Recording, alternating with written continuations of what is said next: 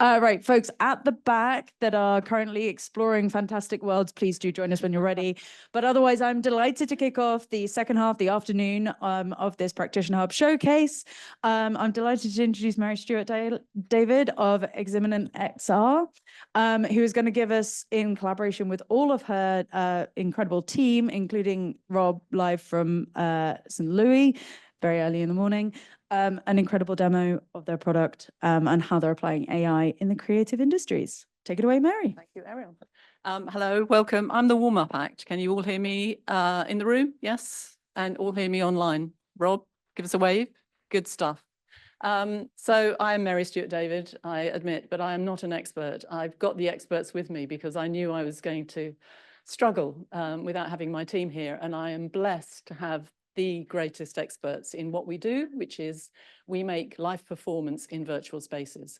What we're about to show you is a demo of a digital twin of a Stephen Sondheim musical that was produced on the stage in Colorado, and Rob Morgan was the designer.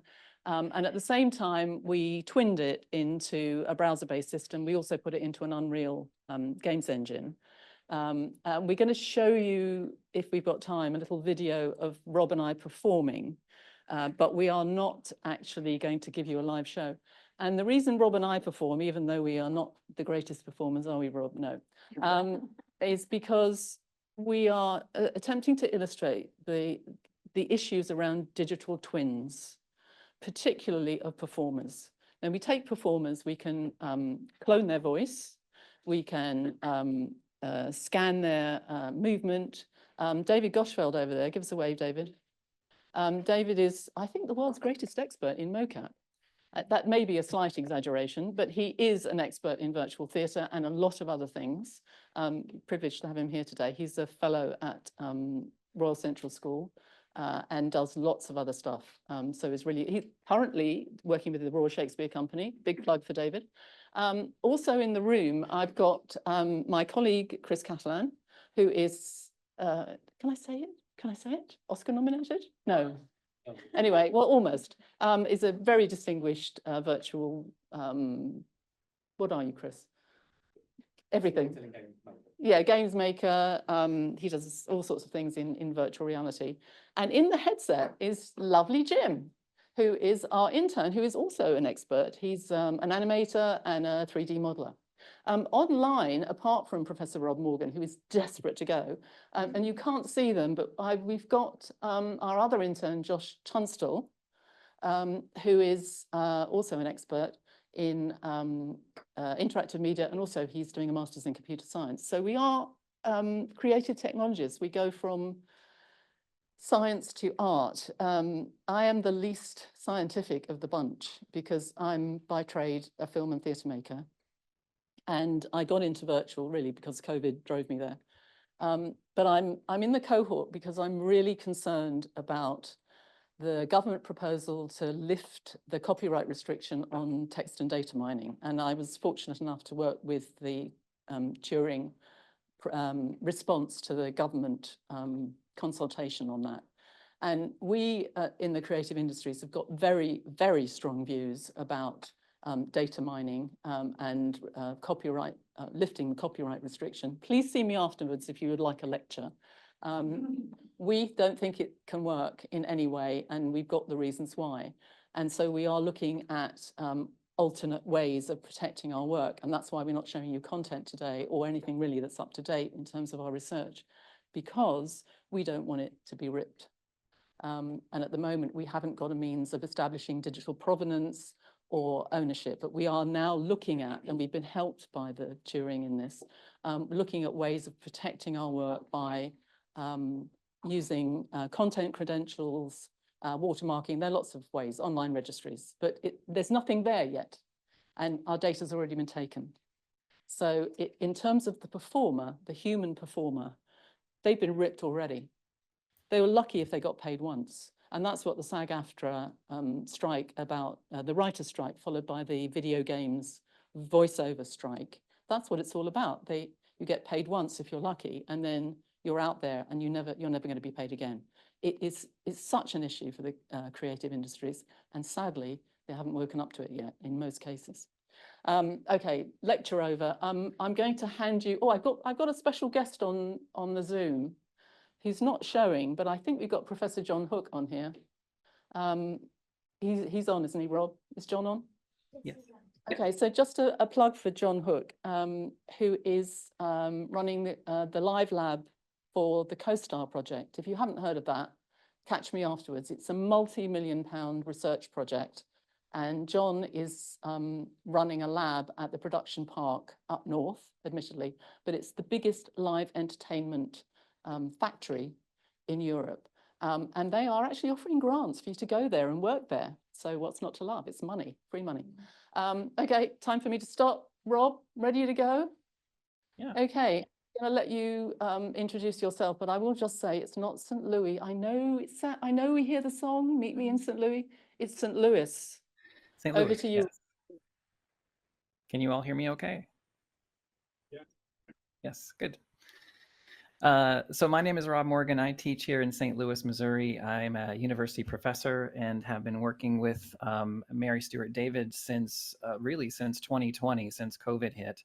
I like to preach to my own students that constraint can be a catalyst to be creative. And honestly, the constraint of COVID led Mary and I to meet online. And since then, we've been collaborating on experimentations with musicals in the metaverse. So you should see at the moment a digital twin of myself. There's actually, it's getting better and better, but very good lip syncing when it comes to lip syncing what I am saying and seeing my digital twin on your left. I think it is seeing my digital twin in the same exact space. We thought in the fall of 2023, we had an opportunity with myself as a designer for a show in Colorado, a little night music. The set behind me is the real set, and the set you see in frame is the set, the computer model I used to design the set in real life. And we thought this might be a great opportunity to really test the technology, but also kind of show us what it might look like to do a musical in the metaverse. So, all right, I'm going to go ahead and give you my assistant Josh here is working very hard to kind of show you that my digital twin, even right down to the shirt, is showing you in frame VR the set for Little Night Music. But one thing I can do in frame VR is give you a tour, and I want to give you a very quick tour of the set. So those of you that have never been backstage before, you're going to go backstage in a virtual set. I'm going to go and switch over here, and I'm going to turn around and follow me as I go through the set here. So we're going to go right straight up stage into this beautiful sky drop and walk backstage. Oh, I just walked into a curtain. I know I do that a lot. Backstage here, you'll see there's what you would normally have backstage. All the engineering and the technology it takes to make it look good on stage is also backstage. And we're going to go straight up the stairs here. Whoops. You have to line up just perfectly with the stairs. I'm going to go straight up the stairs to the second level. There is a number of scenes in this inner above, a Shakespearean term. There's a number of scenes in this inner above that happen on the real set and the real show, but also it was a way to demonstrate to the director how it might look, how it might feel, and even to the actors, how it might feel to be up at this level. So you'll see we're on the second level now and looking down on the stage below us. And then yeah, I've just got a note to unmute, but I hope I'm not heard double. That's what I'm concerned about. Let me know if that's the case. We're hearing you in Zoom, Rob. Do you want to talk? So I'm going to sort of take you back down the other side, and we're going to go back down to the stage level. In fact, on Frame VR, I can actually choose a location called a spawn spot, and I'll ask Josh as well to kind of go to the on-stage spawn spot, and we are immediately back on stage. And I believe, oh yes, Josh has got a good shot of my ear. So I'll look back towards the camera here and step closer to Josh. So again, you see the digital twin, how I am being replicated in a frame space, in a virtual space. What I want to do now actually, and set this up, basically, I'm going to change the space behind me. So look at the frame space behind me. I'm going to change, and I'm now standing in the middle of a bed. I wish this was this easy in real life. But right now I'm in the middle of a bed that was the primary location for Desiree's room in A Little Night Music. And I'm going to ask Josh to now switch over and screen share. Again, what we decided to test a side-by-side of the real performance. So you'll see that first, and then a performance by Mary Stewart David beautifully singing the same song. So Josh, if you would do that at this point, we'll share that with the group.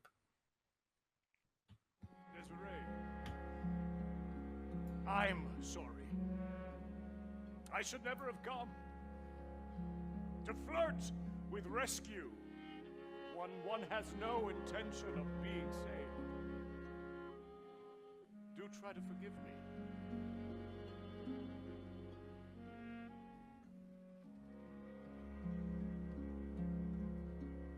Isn't it rich? Isn't it queer?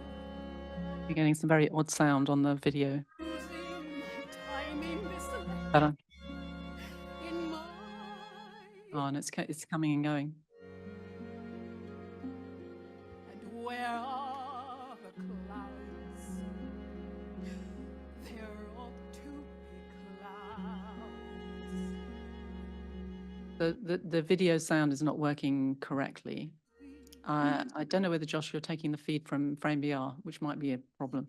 But can we can actually, you'll be spared my singing, which is no bad thing. But let's run it in silent because it'll demonstrate what we're doing. Yeah. Oh, is that what's, am I doing it? Right. But you mean I've got to mute it on? Is Lily there? Yeah. But I'm not in Zoom on the laptop.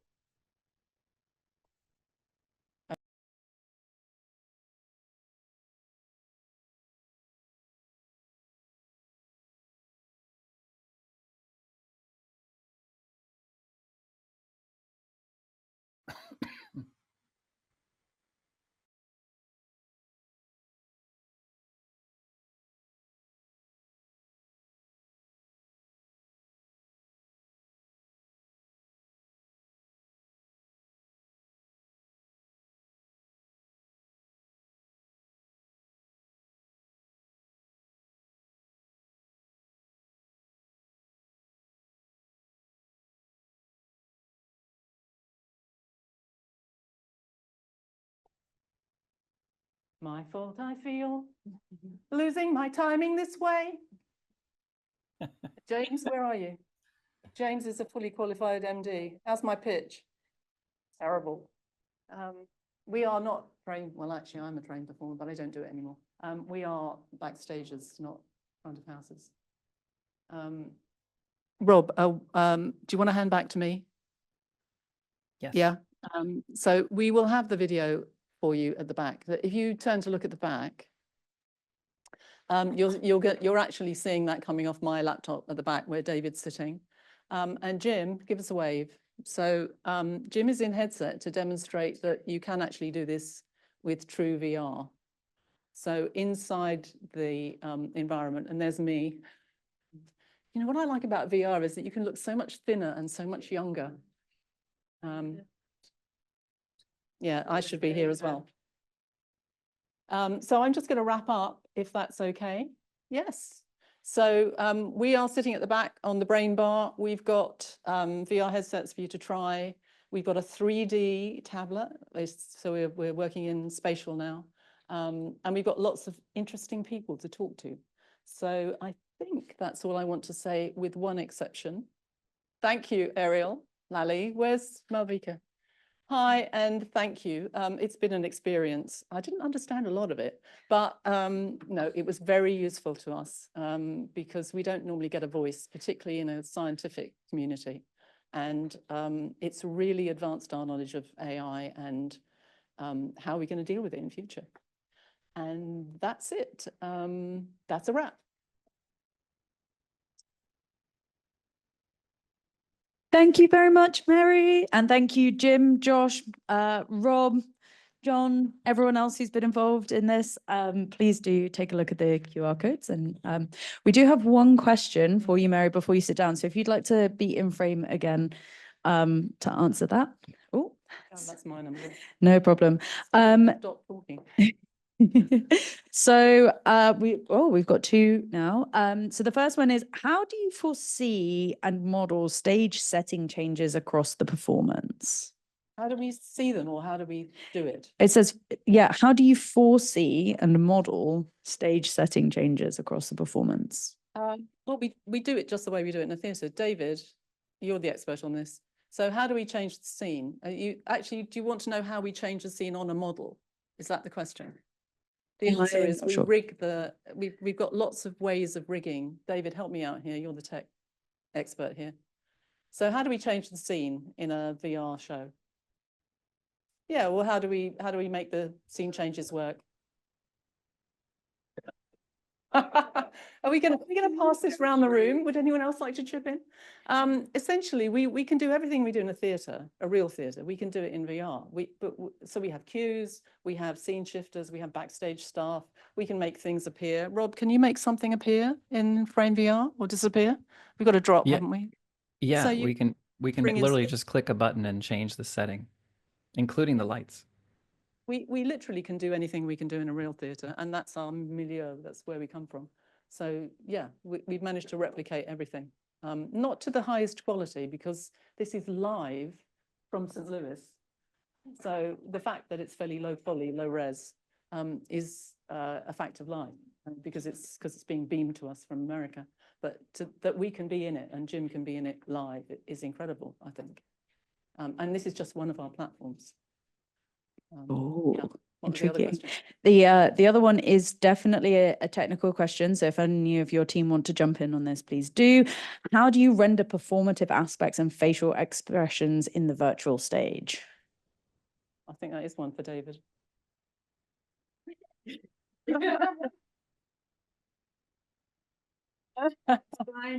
For those of you online, we're just getting a mic to David so that he can respond it back. Yeah. Come up there. There is a range of technologies for capturing human motion and facial performance. Frame VR is somewhat limited in what it can display, but many of other platforms can display more complex renderings of that data.